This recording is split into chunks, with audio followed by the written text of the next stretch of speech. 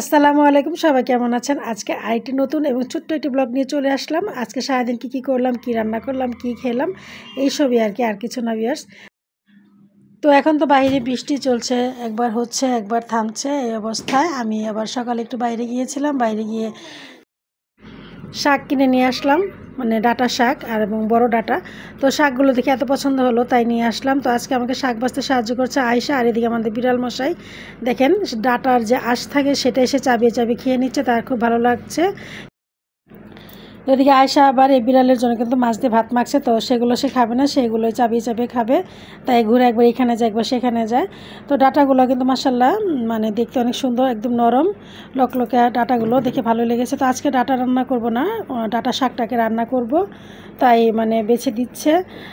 আর এদিকে আমি কিন্তু টুকটাক কাজ মেয়েদেরকে একটু শিখিয়ে নিচ্ছি, যেটুকু তাদের মানে আয়ত্তের মধ্যে আসে, যারা তারা যাতে অল্প সময় করতে পারে সে কাজগুলো তাদেরকে এখন আপাতত শেখাচ্ছি। কারণ মেয়ে মানুষ কখন কোথায় কাজ করা লাগে, বা আমার বাসায় যদি আমি হঠাৎ অসুস্থ হয়ে যাই তখন তো কিছুটা হলেও আমাকে ওরা সাহায্য করতে পারবে, রান্না করে খেতে পারবে, সকলে মিলে তাদের কষ্ট হবে না। তো যে জন্য আর কি শিখে নিয়েছি। এমনি টুকটাক কাজ মাশাল্লাহ করতে পারে, আর মেহমান আসলেও তারা আমাকে অনেক সাহায্য করে। এই তো দেখতে পাচ্ছেন যে বিড়াল মশাই কি করছে, মানে তার মানে ভাত খেতে ভালো লাগছে না, সে এখন ডাঁটা রাসগুলোকে মানে খেয়ে নিবে, এমন অবস্থা আর কি।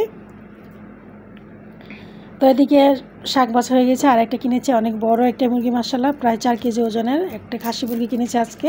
আর শাকগুলো ধুয়ে আর কি কেটে নিচ্ছে রান্না করার জন্য। তো যেহেতু মুরগি রান্না করব এবং মুরগিটা কাটতে এবং রান্না করতে সময় লাগবে, কারণ মুরগিটা কিনতে একটু মানে প্রায় আজানের সময়, জোহরের আজানের সময় মুরগিটা কিনেছি, তো তাই ভাবলাম যে এখন রান্না করব না, পরেই করি, আপাতত খাওয়ার জন্য কিছু একটা রান্না করে নিই। এই জন্য ডাঁটা শাকটাকে ধুয়ে কেটে নিলাম আর রান্না করার জন্য।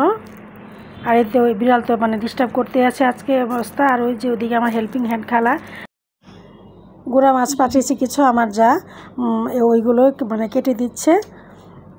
এই তো শাকগুলো কাটা হয়ে গেলে পর তারপর রান্না করবো। তো মাঝে মাঝে খালা আমাকে একটু হাতের কাজ করে সাহায্য করে দেয়, আমিও তাকে খুশি করে দিই আমার সামর্থ্য অনুযায়ী। এই তো শাক রান্না করেছি আর মাছ ভেজে নিয়েছি, এগুলো দিয়ে আপাতত দুপুরবেলা খেয়ে নেব, খেয়ে তারপর বাকি কাজগুলো মানে করে নেব আস্তে আস্তে। তো এই তো মুরগিটা যে কিনেছি বিয়ার্সে, যে এই তো বড় মুরগি, মাশাআল্লাহ অনেক বড়, এটাকে এখন কেটে কুটে নিব রান্না করার জন্য। তো ওদিকে কিছুটা কেটে আমি আয়শাকে দিয়ে দিয়েছি রান্না করার জন্য। এই তো সে মাশাআল্লাহ রান্না বসিয়ে দিয়েছে। মোটামুটি একটা মশলার আন্দাজ তার হয়ে গিয়েছে, কীভাবে মানে মাংস রান্না করতে হয়, সে ডিম ভুনা করতে পারে, মাছ ভাজতে পারে, তো টুকিটাকি সে কাজ করতে পারে। তারপর হুমায়রাও তার দেখা দেখি কিছু কিছু শেখার চেষ্টা করছে। তো আমার মনে হয় যাদের ঘরে মেয়ে আছে তাদেরকে ছোটোকাল থেকে কিছুটা কাজের একটু অভিজ্ঞতা দিয়ে রাখা ভালো, এতে তাদেরও ভালো এবং মায়েদেরও কিছুটা আরাম হয়।